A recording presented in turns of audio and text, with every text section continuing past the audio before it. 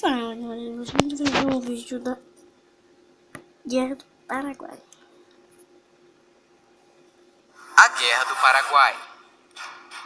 Antes de começarmos, é importante avisar que existem versões diferentes da Guerra do Paraguai. Alguns historiadores dizem que aconteceu de forma A, outro diz que foi de forma B, C, outro diz que a versão A está completamente errada. Enfim, é uma bagunça, então durante o vídeo eu vou falar um pouco sobre cada versão, ou pelo menos das mais plausíveis e conhecidas, ok? Então vamos começar conhecendo um pouco mais sobre os protagonistas da guerra, começando com o Brasil, que naquele tempo era o Império do Brasil, uma monarquia constitucional tendo como seu imperador Dom Pedro II. Uma coisa muito importante a se notar é que, apesar de ser grande, boa parte da população brasileira vivia na região litorânea do país, e as fronteiras no interior do continente não eram tão bem definidas. O exército do Brasil também não era um dos melhores, com cerca de apenas 18 mil homens, porém a sua marinha era bem poderosa. Já o Paraguai era uma república, tendo como seu presidente vitalício, ou ditador, chame do que acha melhor, Francisco Solano Lopes. E antes dele, quem governava o Paraguai era o seu pai. Foi durante este período que Solano viajou para a Europa, visitando países como França e Prússia, onde ganhou interesse e aprendeu bastante sobre táticas de guerra, exército, enfim. Foi aqui também que ele conheceu a sua mulher, Elisa Lynch. Assim que voltou para o Paraguai e tomou o poder, Solano começou a fortalecer o seu exército, com mais homens e melhores equipamentos. Alguns historiadores dizem que o Paraguai era um país que estava se industrializando, se desenvolvendo muito, e que esse suposto desenvolvimento paraguaio não estava sendo bem visto pelo Império Britânico. Inclusive, tem uma história muito conhecida de que os britânicos foram os verdadeiros culpados da guerra, dizendo que eles fizeram o Brasil e os aliados destruírem o Paraguai, porque ele era uma ameaça. Porém, muitos historiadores concordam que isso é um grande mito. O Paraguai não era desenvolvido ou industrializado coisa nenhuma, e muito menos representava algum perigo para o Império Britânico. Em geral, o Paraguai era mais um país agrário da América do Sul. Mas uma coisa é fato, naquele momento, o Paraguai era militarmente o país mais forte da região. Galera, se vocês sabem que é agrário, coloquem aí na descrição do vídeo que eu não sei. Seus territórios é complicado. Basicamente, o Paraguai controlava isso e reclamava isso com seus vizinhos. Ou seja, as fronteiras não eram tão bem definidas nessa região. E como vocês podem ver, o Paraguai não tinha saída para o mar, algo muito importante para o comércio. Então, para ter ligação com o mar, o Paraguai dependia muito da Bacia do Prata e desses rios para a navegação. O problema é que a bacia causa conflitos desde muito tempo, principalmente entre Brasil e Argentina, que geralmente controlavam a região.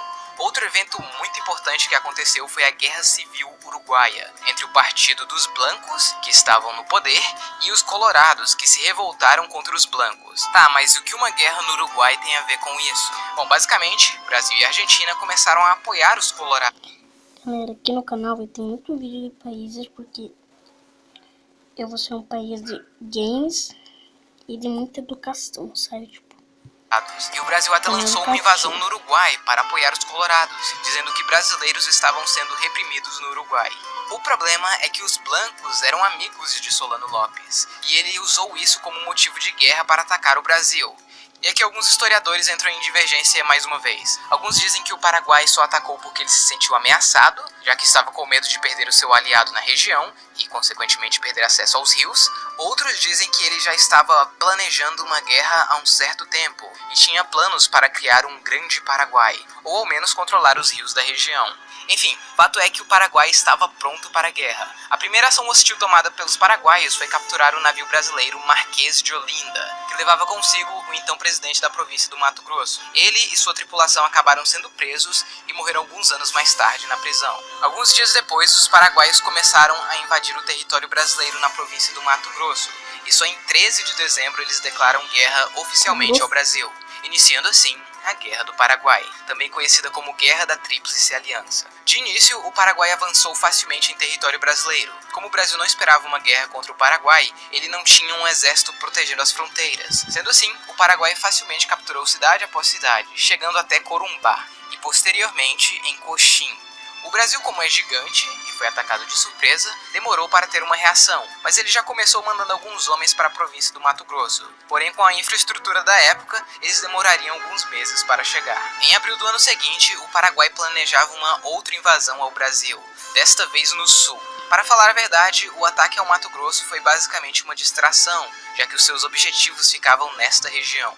Porém, para chegar ao sul do Brasil, o Paraguai precisava passar pela Argentina. O Paraguai então pediu gentilmente: Argentina, deixa-me passar por tus territórios.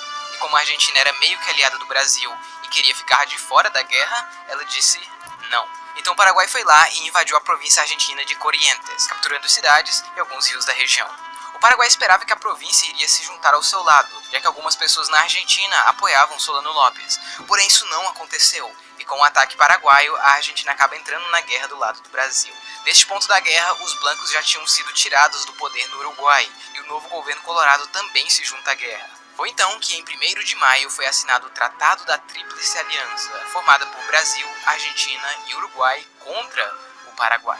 Tanto o Brasil quanto a Argentina estavam totalmente despreparados para uma guerra. O Brasil tinha pouco mais de 18 mil homens, então foi criada a campanha Voluntários da Pátria, para poder aumentar o número do exército.